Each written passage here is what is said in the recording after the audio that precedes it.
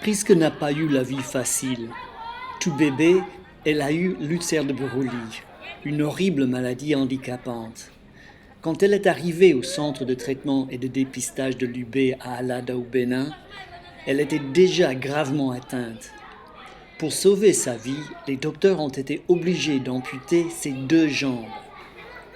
À 18 mois, sans avoir jamais marché, Priska s'est trouvée sans jambes.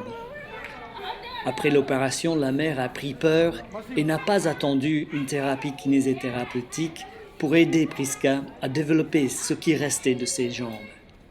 De retour au village, et comme dans beaucoup de cas, les problèmes pour la famille commencent.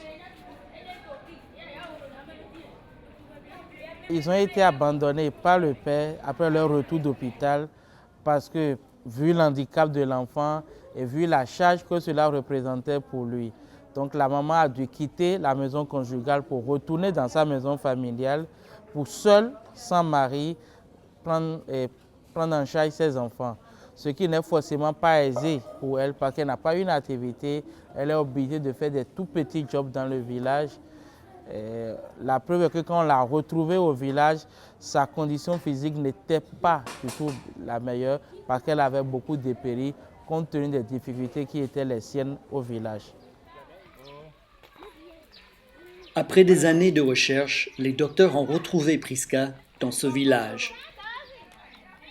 La maison de Priska, sa mère et petit frère, était dans un état lamentable, à peine debout.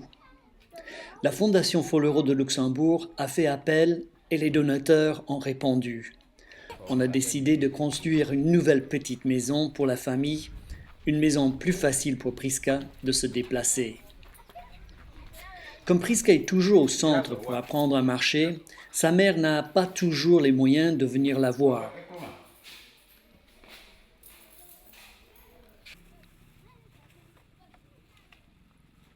Elle ferme la porte de la vieille maison où elle habite en attendant et nous l'amenons avec nous pour voir les progrès de sa fille.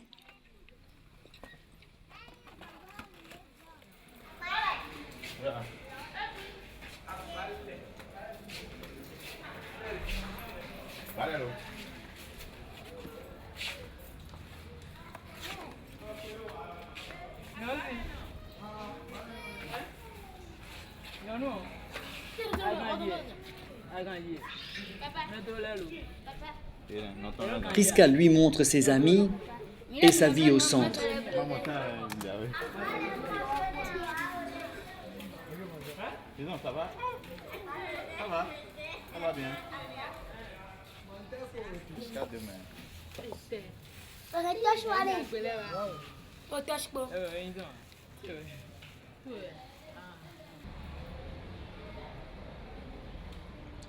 Le lendemain, c'est un grand jour pour Priska, car pour la première fois, elle peut montrer à sa mère comment elle peut marcher.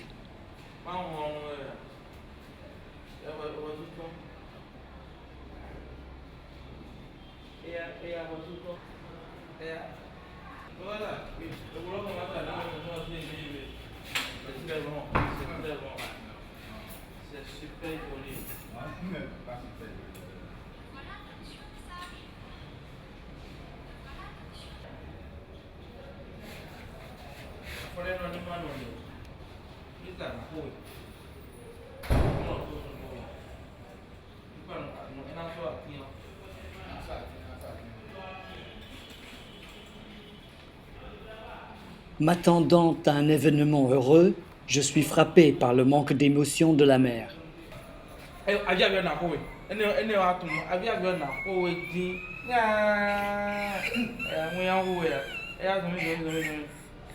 C'est vrai qu'on pouvait l'interpréter comme un manque d'émotion, mais en réalité ce n'est pas ça, c'est typique à la maman. Je crois qu'elle a tellement subi de tristesse, de frustration, de souffrance, que même les émotions positives, elle les intériorise au lieu de pouvoir les exprimer, les extérioriser.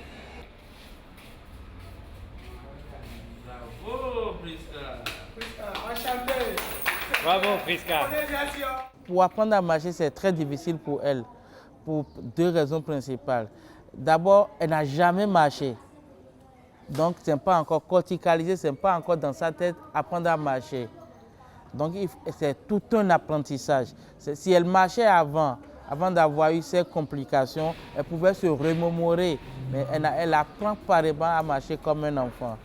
De deux, elle est habituée à se déplacer avec ses mains.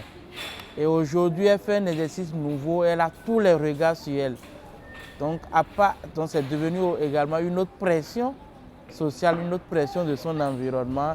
Donc toutes ces deux pressions mélangées ne l'aident pas aussi facilement à décoller pour faire sa marche.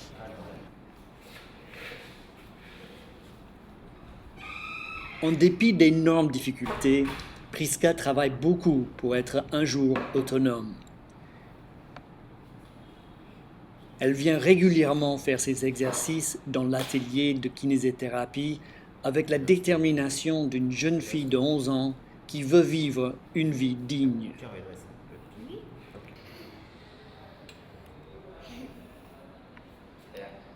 La Fondation Folleraut de Luxembourg, avec l'aide des donateurs, lui a acheté un tricycle pour se déplacer et des prothèses auxquelles elle essaie de s'habituer.